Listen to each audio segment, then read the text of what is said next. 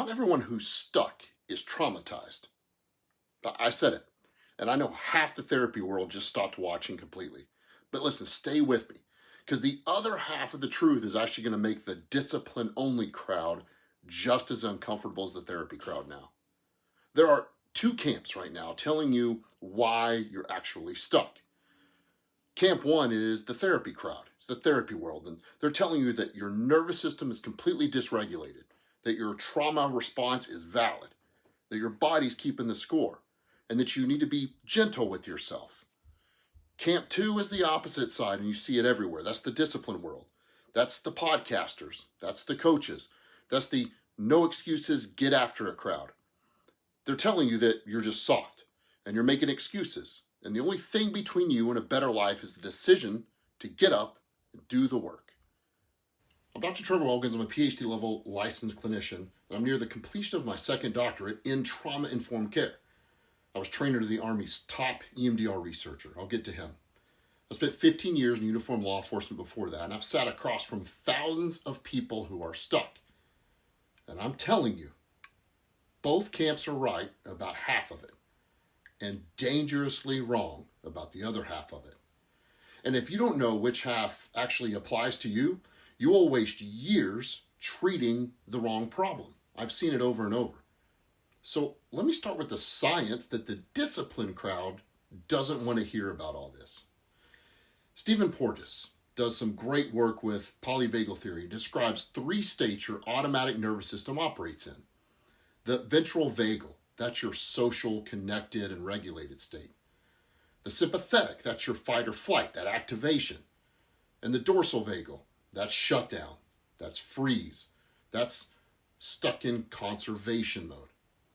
When a human being has been under chronic threat for long enough, years of bad shifts or years of dangerous home or years of operational stress, the nervous system can flip into that dorsal vagal as a long-term survival strategy. That's not a choice. That's a circuit breaker tripping because the system took more than it actually could handle.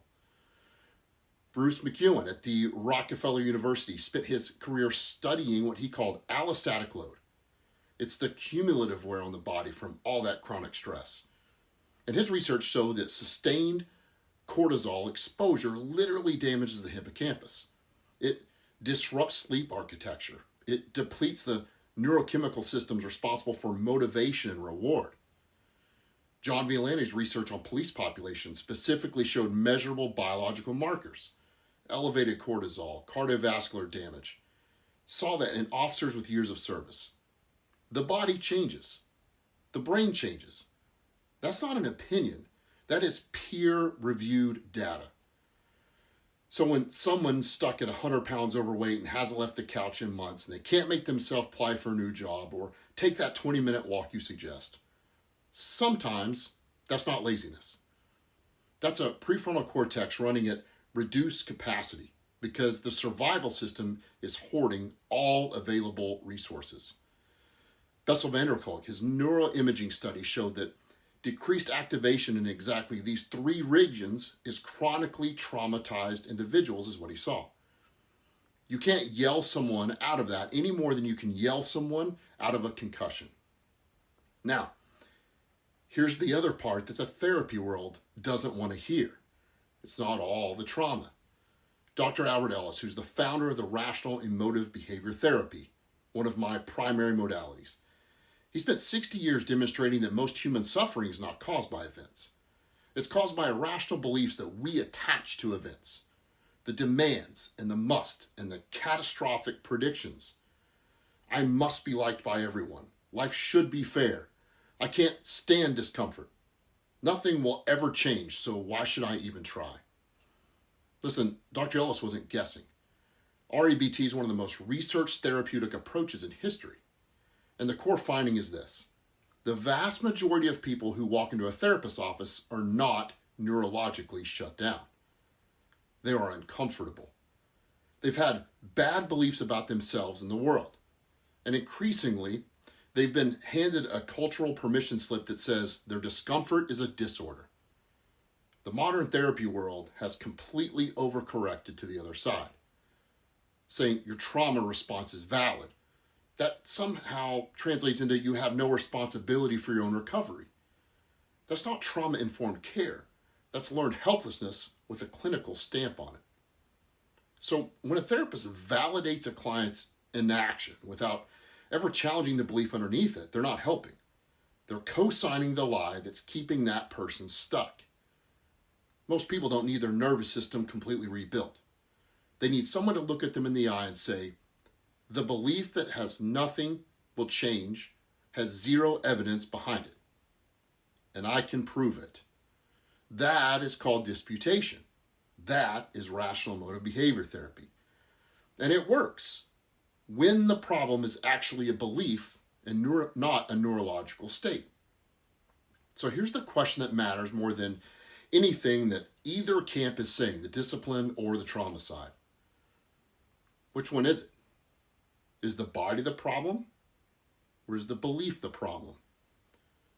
The danger is that if you treat a neurological shutdown with just push through it, you will actually create shame spirals that make the shutdown even worse. And if you treat an irrational belief with endless validation and trauma processing, you will waste years being gentle with a thought that needed to be challenged on day one when they stepped into your office. So I create systems to get through this. I use 4 questions with every single person I work with. I call it my neuro scanner, for lack of a better term. So the first is this recent or has it been running for years? A belief installed last month responds differently than a pattern encoded in childhood. The second is, does the disputation we tried slide off? If I challenge the belief with evidence and logic and it doesn't land, if the person hears the truth but can't hold it for more than 10 seconds, that may be the nervous system overriding the cognition. That is a tier 1 problem we have to handle first. The body has to be addressed first. The third question in this scanner, what does the body do on activation? When we touch that belief or the memory, does the body respond? Does it have chest tightening or throat closing or shutdown or panic? If the body is screaming, disputation alone won't reach it. Nader's research on memory reconsolidation shows that traumatic memories get re-encoded with the same emotional charge every time they replay. The body isn't reacting to the present. It's reacting to something that was never resolved in the first place. And here's the fourth question in that scan. What prediction is running and when was it installed? Dr. Lisa Feldman-Barrett's research on predictive processing shows your brain doesn't react to the world. It predicts it based on past experience. If the prediction that nothing will ever work was installed at the age 12 by a parent who never showed up, that is a different clinical problem than the same prediction installed last year by a bad business quarter or a crappy boss. Same words, different mechanism, different treatment. Now those 4 questions tell me whether I'm looking at a wiring problem, a belief problem, or both. And that answer determines what we do first. So here's what I've learned in the years of doing this work and the 30 years I've been involved in significant trauma scenes. It's almost always both. It's almost always the nervous system and the beliefs that are compromised. But they have to be addressed in order. You won't get past the first and just jump to the second. If the body is holding unresolved material, if the nervous system never got that stand down signal, you have to address that first. You resolve what the body's holding so that the cognitive system can actually receive new information, make new predictions. Then, and only then, you go after the beliefs. You go after them hard. The irrational demands, the musts, the catastrophic predictions, the global self-ratings. You dispute them with evidence and logic and pragmatism, the way that Dr. Ellis taught. No mercy. Because once the body's regulated enough to hold the disputation is the most powerful tool in clinical psychology. Nothing changes a life faster than killing a belief that was never true in the first place and that you're still operating on. The therapy world stops at step 1. They regulate, they validate, they process, and they never end up challenging the belief. The client stays comfortable but stays stuck. When I mean the therapy world, those are only going after trauma is the problem. The discipline world skips to step 2. They challenge and they push and they demand action. And they wonder why the person keeps failing. The client stays ashamed and they stay stuck. Both are incomplete. The body first, the belief second. In that order, every time if they're both present. I know this because I lived it in both directions. I'm here because of my past. I told you I spent 15 years in law enforcement. I was an EMT before that. I carried everything the job handed me and told myself I was fine. That's a belief. I must be unbreakable or I'm worthless. So when I finally collapsed, and I did, my nervous system was so far into shutdown that no amount of willpower was going to fix it. I needed the body work first. I needed somebody who understands the neuroscience of what had happened to my system. But I also needed someone to tell me that the belief running underneath, that I'm broken and this is permanent, that was a lie. And I needed them to prove it to me with evidence, not comfort me into accepting it. I wanted evidence. So the day I disputed that belief was the day my life started to change. Not because I got softer, but because I got accurate. I saw the evidence. I saw where I was going wrong. So I trained under Dr. E.C. Hurley. He's a retired Army colonel. He spent 33 years in Army service. He's the foremost EMDR researcher in military and public safety trauma. And he understood the body side. I learned so much.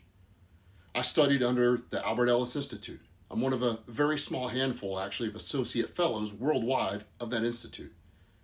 They taught me the belief side. So I built my practice and my framework on the integration of both, because neither one alone was actually enough. Not for me, and it wasn't for my clients.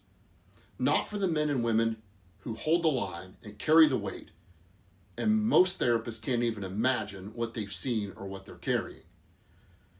Listen, the therapy world isn't wrong. The nervous system is real. Trauma changes the brain. Some people genuinely cannot push through without clinical intervention first. I've seen it because I used to get frustrated. The discipline world isn't wrong either. Most people are capable of far more than their beliefs are telling them.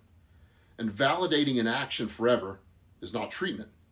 It's just surrender. So the truth lies in the middle. The question isn't which camp is right. The question is, which problem are you actually dealing with, and are you addressing it in the right order? That's where we have to work. Listen, I put together a free guide called Hijacked. It breaks down the 5 patterns that I see running people in high-stress careers and that have dealt with trauma, and the science underneath each one of those. The link's somewhere in the description, or message me the word hijacked on any of my social medias and I'll send it to you directly, free of charge. If you're carrying something right now and you need more than a video, or this really keyed you in, thinlinecounseling.com. I run an intensive EMDR program based on peer-reviewed research for people who are sick of waiting to get better. I'm Dr. Trevor Wilkins. Where science meets the street is what I want. And I don't pick sides. I pick the right tool for the right problem. Your nervous system might be compromised. Your beliefs are definitely compromised. So let's figure out which one is driving it and fix it in that order.